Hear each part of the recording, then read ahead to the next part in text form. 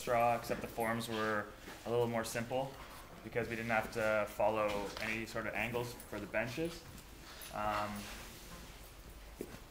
Start at the bottom. We started on this side and we kind of worked our way around in layers, trying to get about halfway all the way across, and then the second half we needed scaffolding on the outside.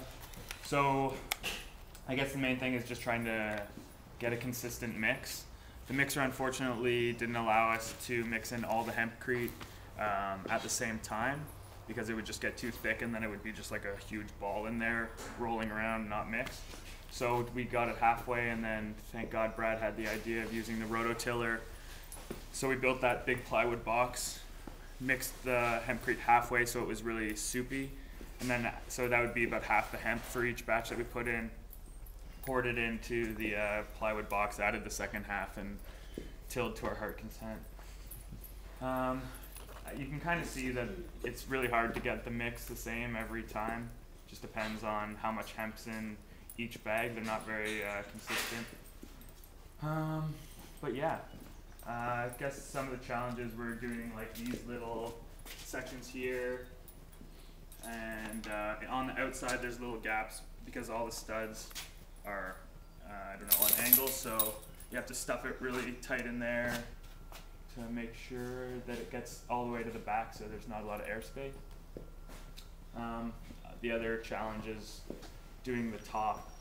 I tried a couple. Some people found it easier to leave a little gap at the top to be able to do the end. Basically, we put the forms all on the inside at the top, and then worked on the outside to build it up right to the back, and then keep stuffing into the corners, moving your way out. And then if you leave a little gap at the top, you're able to stuff it in, or you can kind of put it on half the cavity, work in there, and then move it towards the outside and build out. But yeah, I mean, both worked equally well. Sometimes you just couldn't get completely in the corners and needed to fix it up a little bit when the forms came off. The other thing that we did that you can't see, in between the two studs at the top plate for the south roof is laminated plywood. So we found it really hard the first one we tried to get up in between the two studs, right up against the plywood.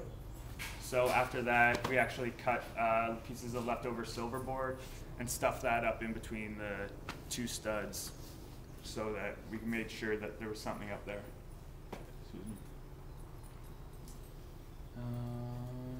Yeah, I think that's about it. Any questions?